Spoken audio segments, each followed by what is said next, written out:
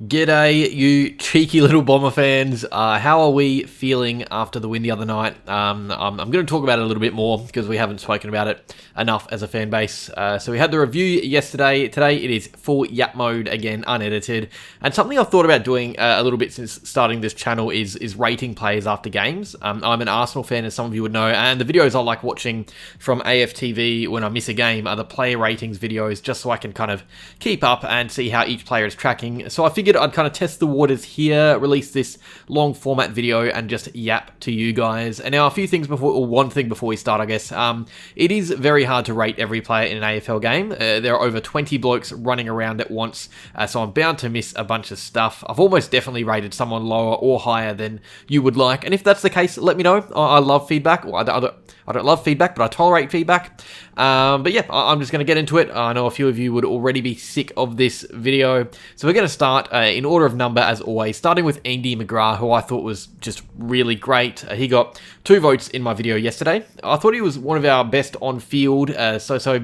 So he played a few different roles, and that's, I guess, the main talking point. The fact he was down in defence as usual quite a bit, but he also did play in a few centre bounces. I think 7 is what I heard. I hinted at this last week. He played in a centre clearance against the Dogs. He yet again did that a fair bit against the Cats. So this is genuinely something we should be looking out for, because we were more full strength than we were against the Dogs. We were missing Durham against the Dogs. We were missing Parrish, obviously, but we had Durham back. We had Hobbs, Tsatas, Setterfield at times, Merrett. And McGrath was still featuring in centre bounces, so that was really interesting.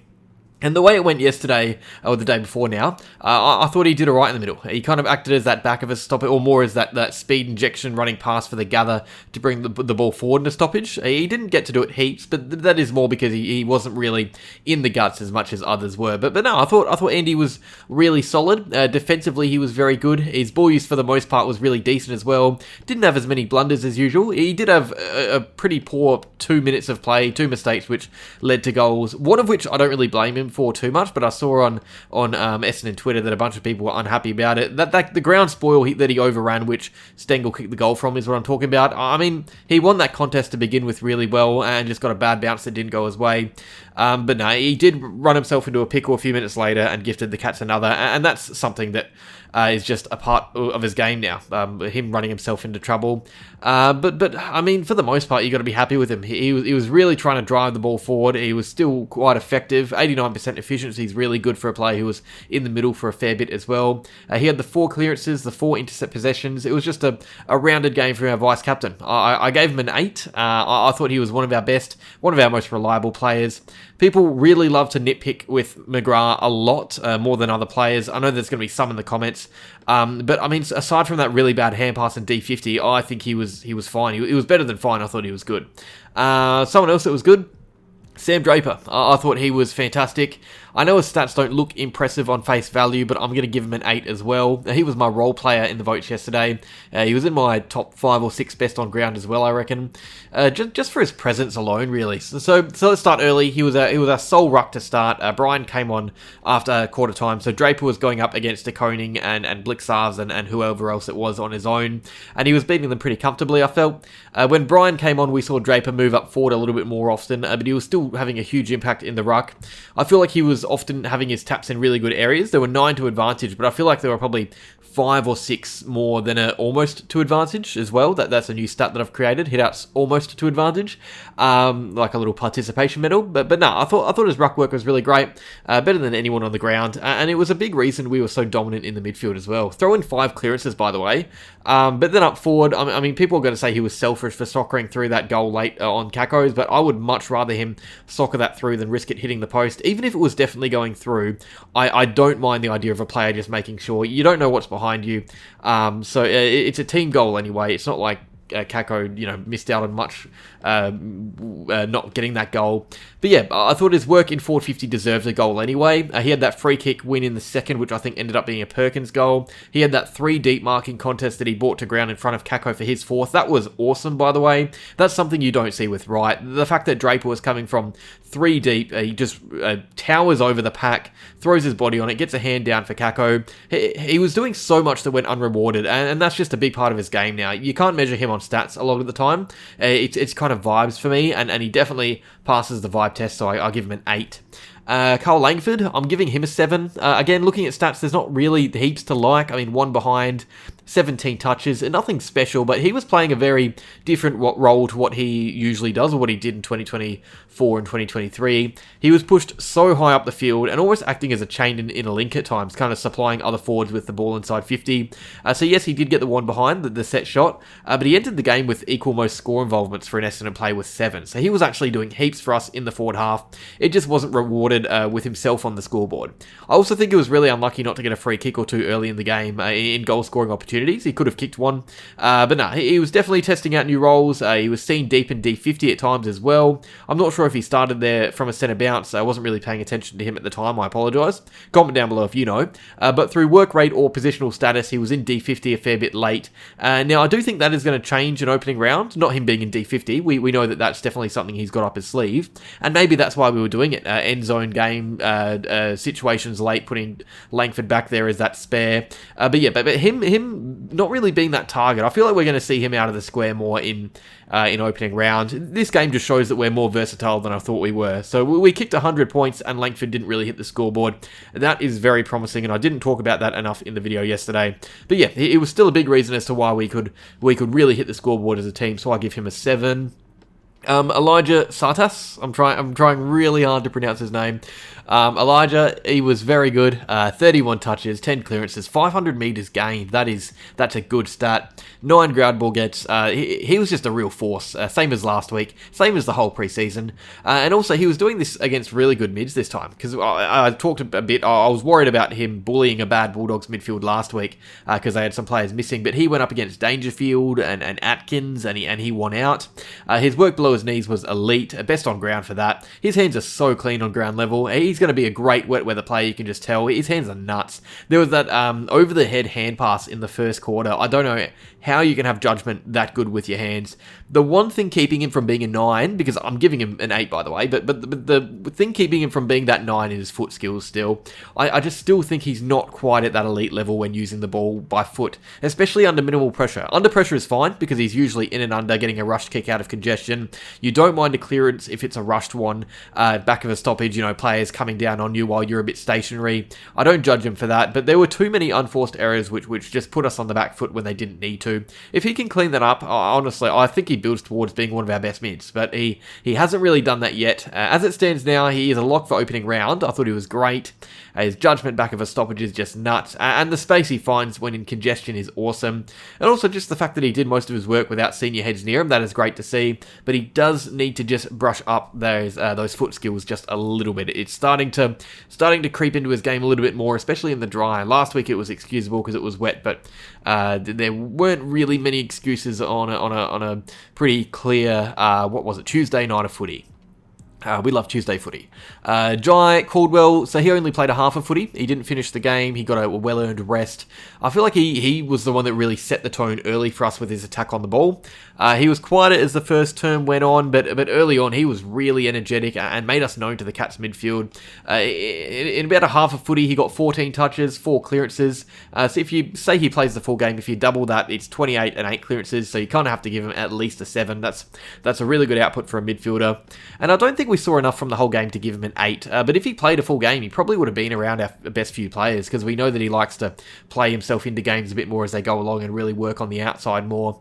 But yeah, I thought he was very important for setting the tone. I think there was one play early where he won the ball out of the middle, ripped out a clearance, and then about 10 seconds later he used his tank to move forward and be front of centre at a pack to give the hands off to Nic Martin for his goal. So it was things like that where you just wonder how he has the time and awareness to be in positions after those really tough efforts on ground level. That's what you really love to see in a midfielder.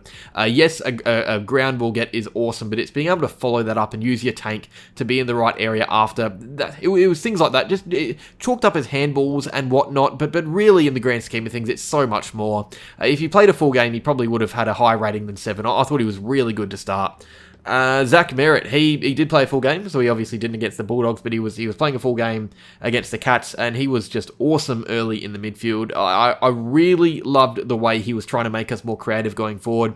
He's kind of that perfect second kick in a chain. I'm not even going inside 50, but I just love seeing him with the footy around the square in transition, because he kind of just opens up the field so well and allows the ground to really grow on the Cats' defensive zone. He changes the direction of his kick last minute better than anyone. He kind of pulls up a kick to find a target. Sometimes it doesn't work, but 90% of the time it does, and it makes us a more damaging and creative team going forward. He was really good in transition for us early. I don't even think he was amazing in the guts. It was what he did in open play against the Cats on transition. And also, we did see him rest up forward, and I thought it worked well. It was buying into that forward pressure. He had 3 tackles inside 50, so that's really good for a player who didn't play full-time forward minutes. He also had the second most pressure acts of anyone playing, so 23. So that's good. 7 ground ball gets as well. I just thought he was great as usual. It shows that Merrett doesn't need 30 touches to have an impact. He only had 21, but his impact was definitely felt. He looked really sharp, so he gets an 8. Ben Hobbs, number 8, he also gets an 8. Really impressive aspects of his game last night. I really liked a lot of what he did. I thought in and under he was just about our best, to be honest. I thought him and Tsatas working together with limited support from senior players was just great to see, and it's good for the future. You're just really seeing the future in front of our eyes grow. And also, the thing is, Hobbs is actually under pressure as a player, even though he's young. And I'm going to hold my hands up and say that I didn't know if Hobbs was going to be a part of our future or not. But performances like that just kind of make me look a little bit silly, like a goofy goober, because he just still has so much left to show. He was so tough at the contest. 6 clearances, 8 tackles, 9 ground ball gets, 30 pressure acts, the most on the field by a genuine country mile. So, yes, there were issues with his ball use. I thought he had a few too many blunders to be amongst our real best on the field, but the positives were really positive. And I did say the other week in my player video, the player preview video, for Hobbs to have a really good year, he needs to hone in on his strengths so he can be a point of difference player, and that's what I thought he did last night. He was a brute on ground level. He made it really hard for Geelong to be clean. Even if Hobbs himself wasn't clean, I thought he made it hard for the Cats. So yeah, I'm going to give him an 8. I'm going to excuse his ball use for now, but if that happened in the regular season, I think we would probably we need to have a little bit of a chat with him about it as a fan base. Us all however many subscribers there are, we can have a chat with Hobbs, because you can't be missing set shots out on the full from 30 odd metres out. That is just not what you want from an AFL player. But aside from that, really good performance. Dylan Shiel, I mean, he was prolific off halfback, gathering the footy. He had 26 disposals, 7 marks. He had the ball on a string again. He was working really hard to provide overlap and to give us some run out of defence. And I thought he did a lot right. But I don't know about you guys, but I feel like in the defensive half, he's really good at sparking life into us. He's giving us drive through his legs and breaking the lines. But past the centre circle, when he's going inside 50, or even, I don't know, just around the arc, I feel like it breaks down a bit. And this is something we criticised him for a bit when he was playing in the midfield. I don't know if this is just a coincidence or if he lacks composure when he's providing us with the footy in the forward line, because he did have some really poor, well, not just entries, but just disposals high up the field. So that's interesting to me. I thought he was decent, but I'm going to give him a 6 just because I feel like that is the standard he should be playing at. I thought he didn't exceed expectations. I thought he was better against the Dogs last week. But yeah, just a small question mark over his use in our forward half. Or maybe this is just me noticing those disposals even more. I don't know. You tell me. I just thought Shiel had a few too many turnovers to give him a good score. And not just turnovers, because everybody has turnovers, but turnovers in important areas where you don't want to be turning the footy over. This is the big one. This is the one that you guys want to hear about. Mr. Isaac Kako, Sir Isaac Kako now, I believe, actually. I think that's official. I'm going to give him the highest grade of anyone here. And maybe I'm getting carried away because of how exciting he is as a player, but I'm going to give Kako a 9 for that performance. So for starters, 4 goals against a good defence is great. Really great, I should say, because he's such a young player still. 4 goals is good for anyone, but for a guy in his second real game, it's pretty awesome. And it could have been 5 as well if Draper didn't soccer that through. Again, we can't say for sure. I'm not saying it was going to be a goal. I honestly don't think it was, but it could have been 5. But yeah, you just love to see this happen early. A performance like this can bring so much confidence for the actual season for a guy this young. So yeah, 4 goals, almost 5, but also 2 direct goal assists. There was that one to Draper in the dying seconds, and also the one at the start of the game to kick the setup for Durham for our first goal. So he got assists both at the start and the end, showing he's involved the whole way through. Score involvements can be a funny thing to measure sometimes. You'll find random players bob up for high numbers without actually seeing them directly involved in the play. It's a good measure, but it doesn't beat goals and direct goals assists. And Kako was so creative and so damaging inside forward 50 for us. He was directly involved in 6 goals, which for a small forward is outstanding. That is well above expectations for any player. I don't think we should get used to that, by the way. I think it'll happen during the season, but not regularly. What will happen regularly, I think, is that pressure. He has worked so hard on that over the preseason. We all knocked him on it over his draft year because he lacked a bit in that forward pressure, but I thought he was great. He was laying heat inside 50 and he was working hard to help in D52. There was one play early where he had a really poor turnover. It was a missed handball in the centre square. But the work ethic to really work on a second effort and try and get a rundown tackle to stop the play, I do think it actually ended in a Geelong goal. But honestly, I loved what I saw from it, and it shows how hard he is going to work for us at just making it hard for Geelong to move the ball easily. And that is what we've been really lacking in the forward half. The goals are great, they're awesome, but it's that pressure and willingness to bust your gut for no reward. That was a really impressive aspect of his game. Maybe 9 is a bit high, but I know for a soon-to-be debutant, I just loved what I saw. I thought he was our best on ground, and that's really exciting. It's hard not to for the lid to come off a bit when Kako is playing that well. His partner in crime is Robin, Jade Gresham. So he flew under the radar, obviously, because he was the other small forward alongside Kako. So we're obviously going to focus on Kako a bit more. But I thought Gresham did a really good job. He took a bit of time to get into the game, but when he did, I saw real potential for that duo. The first time we've really seen it, by the way, so it was good to see it pay off. Gresham kicked 2 goals. He had the 1 direct assist. So between those 2 smalls, we saw them directly involved in 9 goals. So that is half the team's score, or goals, sorry. But yeah, I thought Gresham was really crafty. We've come to expect that, and I really liked seeing him buy into that team pressure directive as well. He laid 4 tackles, 2 inside 50. One of them was a beauty as well. Yeah, I mean, we all know Gresham's really creative, but that pressure hasn't always been a constant in his game. So I feel like that's where Kako's really going to help. It'd be hard if you're Gresham to see your forward partner going manic inside 50 and not join in. So I think I thought Gresham was really good. Maybe after around half-time, a bit slow to get going, but overall it's a really underrated performance, and there's not many talking about it. So I'm going to give Gresham a 7. Another involvement or a faster start, and he could have had an 8. I also thought about giving him my role player vote in the match review yesterday as well. William Setterfield. So William, he doesn't get the sir yet. Will Setterfield. So he came on pretty late. Honestly, I kind of forgot he was on the bench, and then in the second or third, I saw him roaming around. He involved himself pretty quickly when he came on. It was a weird midfield mix, though. I don't think that really suited him at all, being on the field with a bunch of other inside mids. And I mean, he was involved and he was winning some really good ground contests. He was also behind the ball a bit as well, by the way.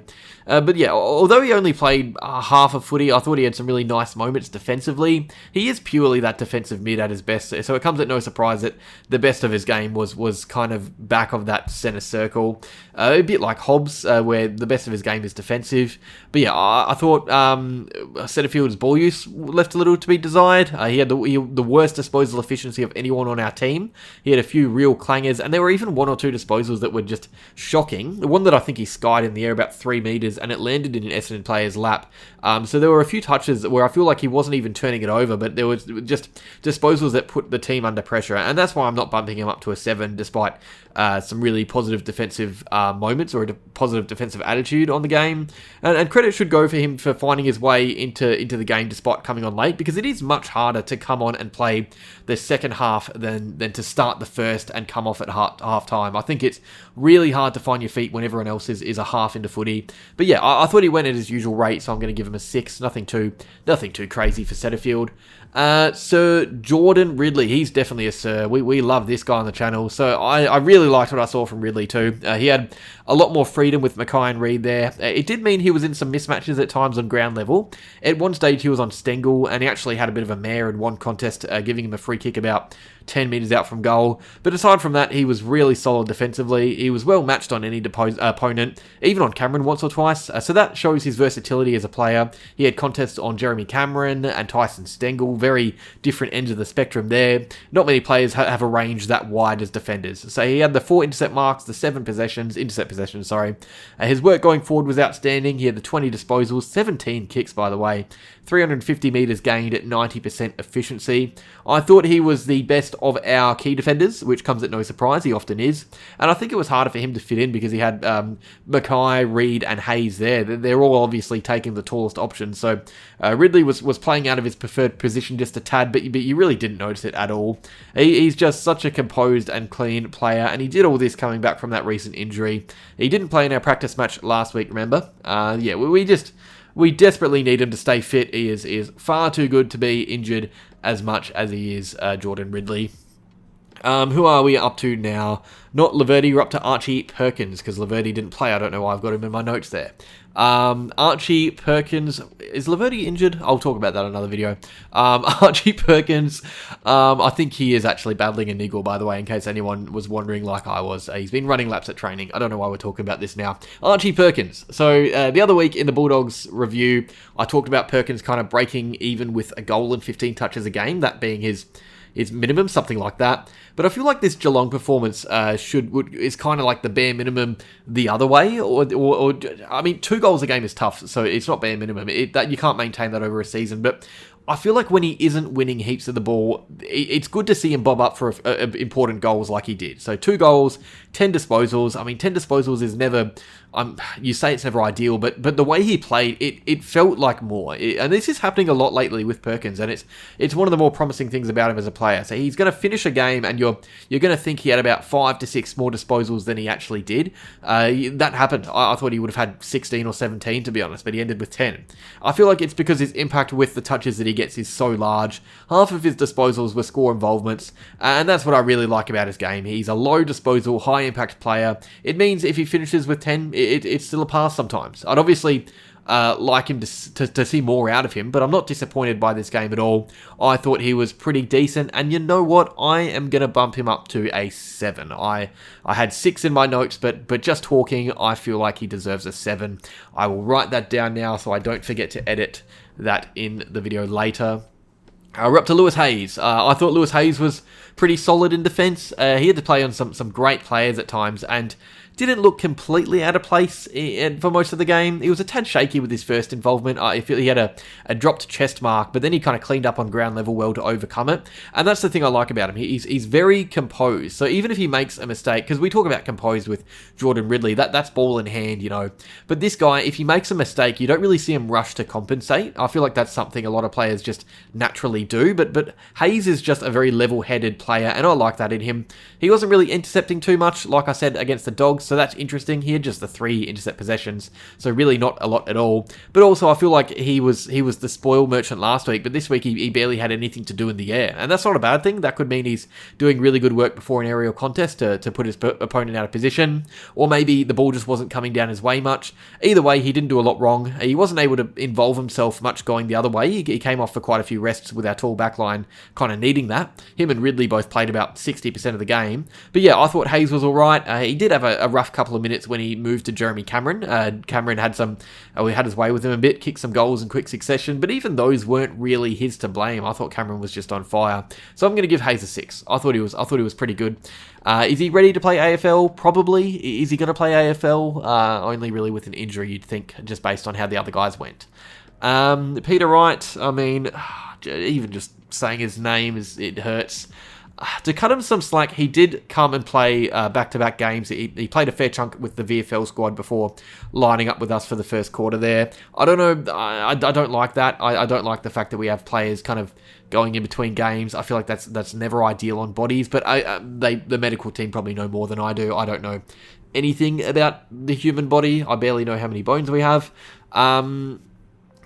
I mean, I can't give Wright a good grade. I'm not going to give him a bad grade, like a 1, because he was probably cooked and really just barely featured at all. He only played the 1 quarter. But he didn't do much in that quarter. He had just the 1 hand pass. I don't even remember the hand pass. He barely featured anywhere around the ground. I'm going to give Peter Wright a 3. I mean, he's just destined to start the year in the VFL, unfortunately. You want to see him play well to get that confidence back, but he's just a bit easy to defend against right now, and it hurts to talk about him, so we're going to move on to Archie Roberts. Yeah, I mean, I thought there were some good signs there. He just fits in nicely down back or on the wing. The game was mostly down back today. It was interesting to see how he kind of fits in with Prior and Shiel there, because all those left footers in the one defence can be a bit iffy. I thought we would see him on the wing more than we did, but maybe this is just how he finds his spot in the team a bit more. We've seen that versatility, which is really good. He was mainly wing as a junior from memory, back as a junior from memory, sorry. And a lot of his strengths have remained since his under-18 season too. He feels like the same player watching him back there, which is not a knock at all, because he was performing really well as a junior. He was pretty nice with the ball in hand once he got going last night. I feel like he made some early mistakes and clicked into gear with time, and that's something we could probably fix up a bit, maybe not having to play himself into form every game, because I feel like that happened against the Dogs and at times last year too. But for the most part, I thought Roberts was decent. I've seen some really hyped about his game. Some hype about his game, sorry, and I liked it, but probably not as much as what others might have liked it. So I'm going to give him a 6. I thought he did more good than bad. He defended as well as he could have on forwards that were that good. I'm going to give him a 6. I thought he was good. He's got levels he can still go to, and I'm going to have some Pepsi as soon as I close my mouth. Last week it was coffee. This week it's Pepsi. Let me know what you thought of the recent maths episode, guys, because some drama going on there. Sam Durham, he had a really interesting game, actually. Keen to talk about him, because he was pretty much playing solely in the forward line, which is really, really interesting, because we've talked about how he was going to play up forward a bit or rest up forward a bit during the season. We were seeing him as that makeshift marking target, which I was really excited about, because this gives us a reason to be excited. And maybe the fact that he played predominantly as a forward last night was because of that rib knock that forced him out of the last match. So maybe he's just kind of playing into it a bit and getting back into the swing of things before playing in the midfield, where his ribs are going to get even more of a knock. I suspect he will play more midfield than he did last night in the regular season.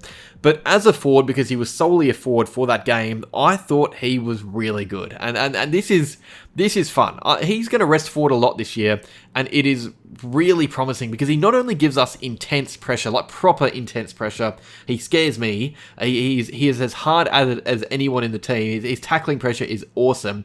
But he's also a genuine marking target too, and that's something that's always I've really thought was underrated about Durham's game, which people don't talk about enough, is his marking overhead. So he is so dangerous resting forward, because he genuinely warrants good defenders on him when he's there, and that's shown by his contested marking. I think he actually led the ground for contested marks, and he kicked a couple of goals from it too. I thought Durham was really good in this new role, and this is a good way for the club to make up for those lost string of goals. If he can rest forward in patches after playing in the engine room, it's going to give us an extra target for defenders to worry about. I thought there was a lot of promise in this game from Durham. I was really impressed. Lots to like. He gets a 7. And if he can kick, I mean, I don't even know how many goals he kicked last year, but if he can kick just like 5 or 10 more, that's already a massive season, considering how good he was in 2024. Speaking of good in 2024, and boy, this guy, I liked this. So Harry Jones, he was just another one that really exceeded expectations last night. He was genuinely poor against the Bulldogs last week, but on his birthday, he really lit it up. The fact that I wrote that pun in my notes is just, I wish I could delete that, but I can't. It's bad. Sorry, guys.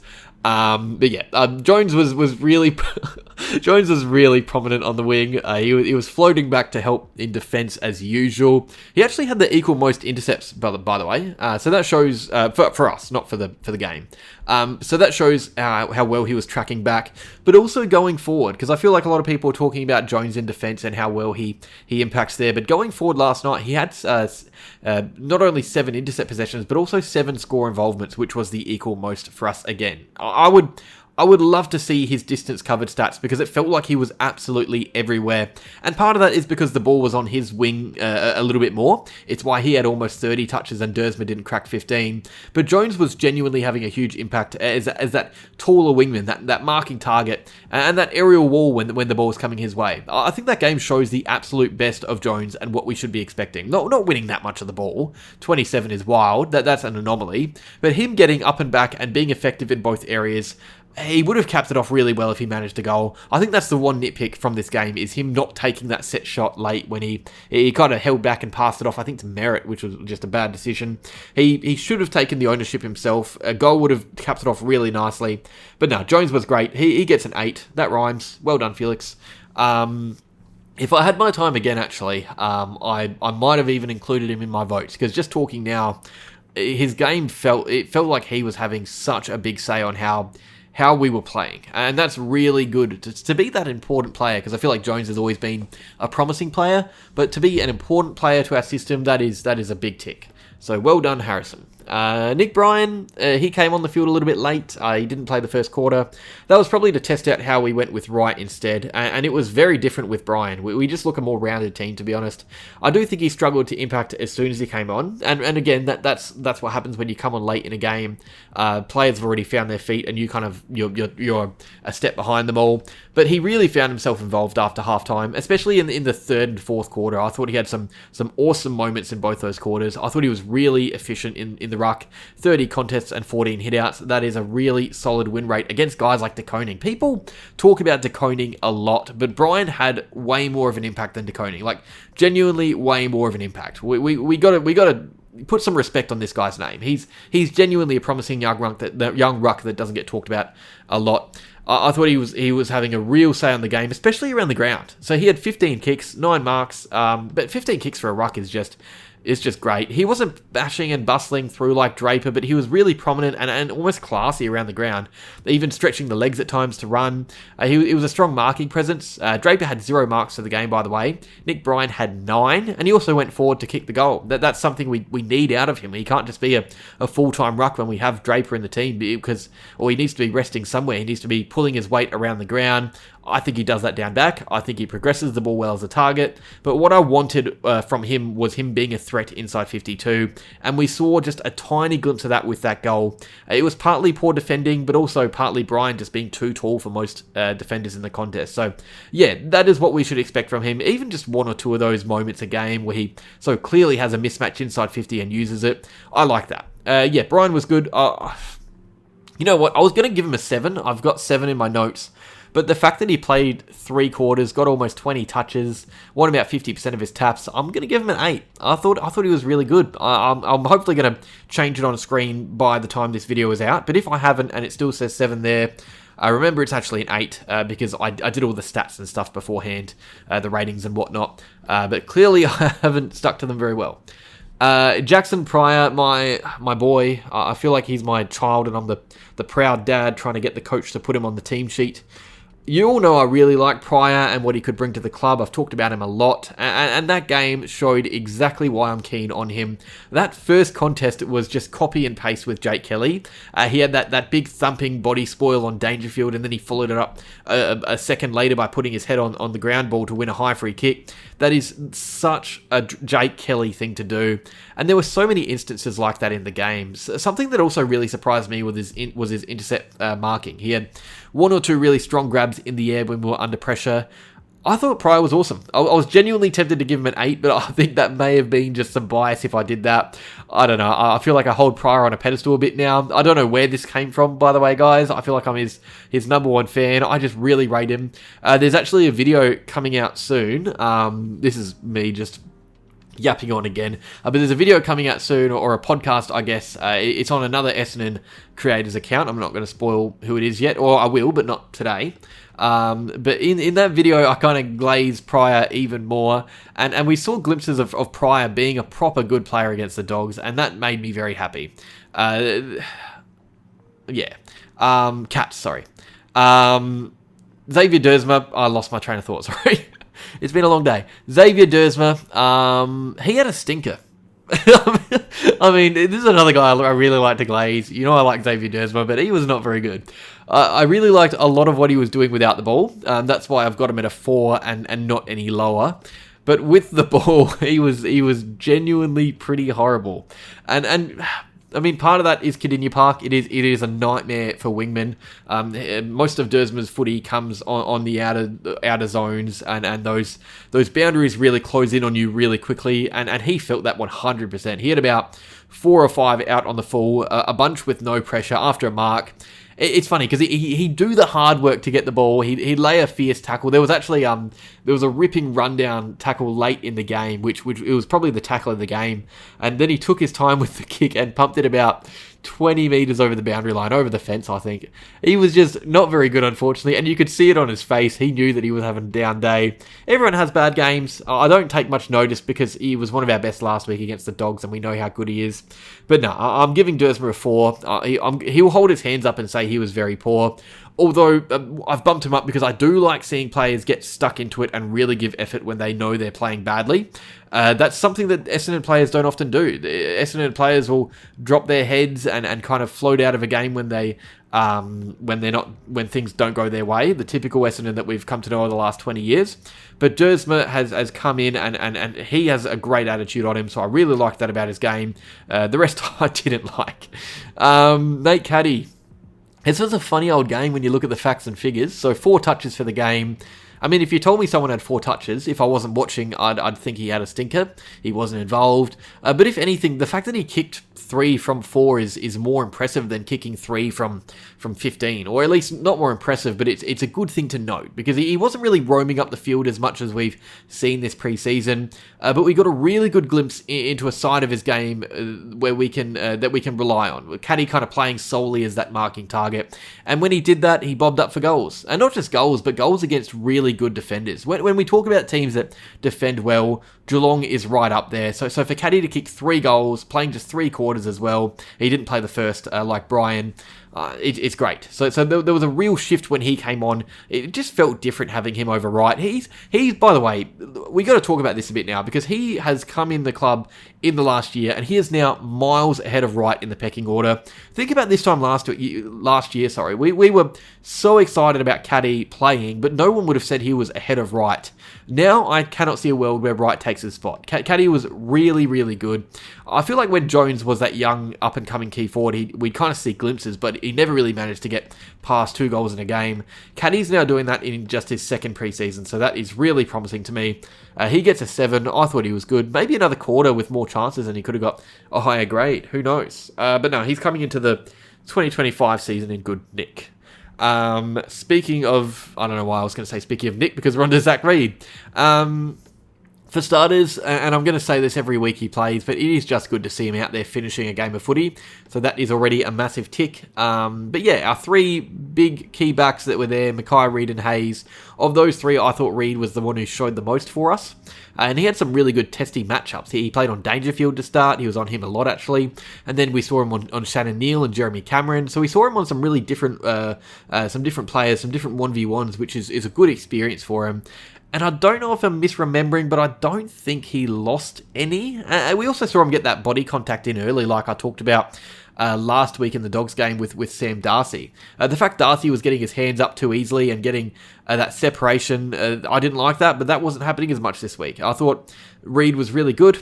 We saw him really look the part. Last week it was good to just see him get through the game, even if he was shaky. But this week we saw him look like that defender we've been wanting to see since that 2020 draft. If he stays fit, he's going to have a good year, but we just got to cross every finger and hope that he doesn't suffer an injury anytime soon, because that would really cut deep if that happened. And also, it's good to see him play most of the game. I think he actually spent the most time on the ground of any of Essendon's players, which is good. Onto his defensive partner, Ben McKay. I mean, what do we say about this guy? It was a really rough start to the game. That first half was an absolute mess. So if we're going to judge the game based on the first half, I'd probably give him a 2 or something. I thought he was genuinely pretty horrible at times. And you guys know me, I defend McKay a lot on this channel. I think he's a really good player for us and really important. And that's why I can be honest here. McKay was just not good at all early in the game. And maybe it's being shaky after an interrupted preseason because he's had that injury, but he was really poor. He lost his footing in a contest against Shannon Neal. He had an absolutely atrocious moment playing on Dangerfield. He was 1-on-1 and just let Dangerfield run uninterrupted for a chest mark, I think, inside 50. That made me mad. It was lazy, putrid defending. But after halftime, we saw him fight back. He had some really nice intercepts. He had that big spoil, which I think led to a Kako goal, maybe, or not. Maybe someone else, or maybe Perkins, I don't know. He had one of the best defensive moments of the night when he won a 1v3 contested mark when the Cats were on the counter-attack. So yeah, I thought the way he fought back deserves some love because he genuinely came out and put the Yips to bed after half-time. I'm still going to give him a 4 because I really didn't like that first half, but he does deserve credit for fighting back a bit. I thought he ended the game well, and I think it's better to end the game well than to start the game well. You don't want to start the game well and then end on a fizz note. And like McKay started, but if you start at poor before halftime and come out and put that to bed, I think it'll probably instill some confidence in you. And it can be tough for key defenders to find their groove and confidence after an injury interruption. So especially if they rely on intercept marking like McKay. So yeah, he gets a 4. I didn't think he was good, but at least he came out firing late in the game. Almost done, guys. Nic Martin. He was one of our very best. I mean, we've all been crying out for this change for ages, him forward of the ball, because he was good off halfback, but he wasn't damaging like he is in the forward half. But seeing him forward of the ball, getting less of the peel, just the 22 touches, but all of them felt so impactful. This game was better than that St Kilda match where he picked up 40 off halfback in 2024.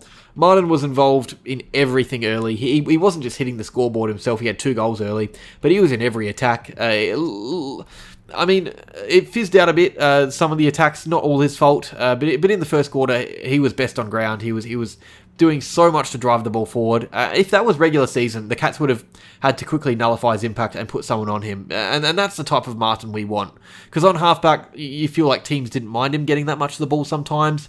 But you cannot have Martin getting 19 kicks in a game of footy up forward because he just does so much right for us in the forward half. That dare and creativity sometimes led to turnovers in bad areas last year. But up forward, the worst that happens when he has the ball, that seems to be, for me, is that it comes to ground for our Mosquito fleet, and he's often right there to help pick up the pieces as well because of his work rate. I thought Martin was awesome. He was iffy last week against the Dogs, a tad down, but last night he showed that he needs to be playing in the forward half or on a wing. And also, it should be noted before I move on, he did have some time in the defensive half, not heaps, but a little bit. So for those that don't want to see him in defence ever again, he was there just a tiny bit last night. I know. Stop crying. It's okay. It'll be okay. Finally, Tom Edwards. So yeah, he was another one of these blokes who played in the VFL beforehand. So he'd actually already put in a lot of work in that first game. In fact, because we know he kicked 4 goals for us last week, but he kicked another 4 goals against the Cats in the VFL. So, I mean, that's good. 8 goals in 2 games. That's what you want to see. He only played a quarter, I think, of the AFL, just the 3 touches. But honestly, that surprised me. I thought he was involved a bit more than that. And if I had to base his game solely off that one term, I don't know. I'm a 6 is what I've got in my notes, but I'm leaning towards a 7. I'm going to give him a 6. I thought he was actually getting in some good areas around the ground. He was doing good things with and without the footy. I think he had quite a few spoils in attacking areas, but it's when he's a kick doesn't go his favour, he can kind of get his long arms in and impact and just bring the ball back down to ground. I think that's really good.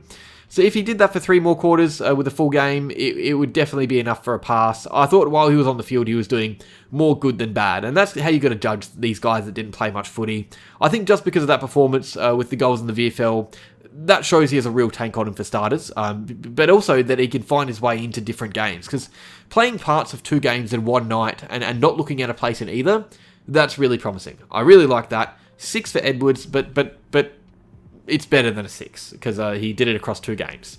But we're not judging the VFL. But yeah, that's every player. Another long video. This one I barely got through, so I don't know how you guys are going. Now I get to give the lungs a rest and look forward to the actual season. Cheers for watching or listening. If you guys like the player rating stuff, let me know. I feel like it's a good way for me to anger some of you, because as I said at the start, it is really tough to keep track of every player. I'm talking about 26 different blokes, so I definitely missed something here and there. Again, let me know if I have, and let me know if this style of video is something you like. Ratings. Is this something that you'd want to see in the regular season? Let me know down below. But yeah, cheers for watching, guys. Like if you enjoyed the video, subscribe if you're new to the channel. Someone's got to talk to me about maths, because poor, the drama there. I was considering making, I wasn't considering this, by the way, a maths channel, for anyone interested. If you're interested in that, or maybe one maths video a week on everything Essendon, because there's a lot to talk about there. But yeah, cheers for watching, like, subscribe, and as always, go the bloody Bombers.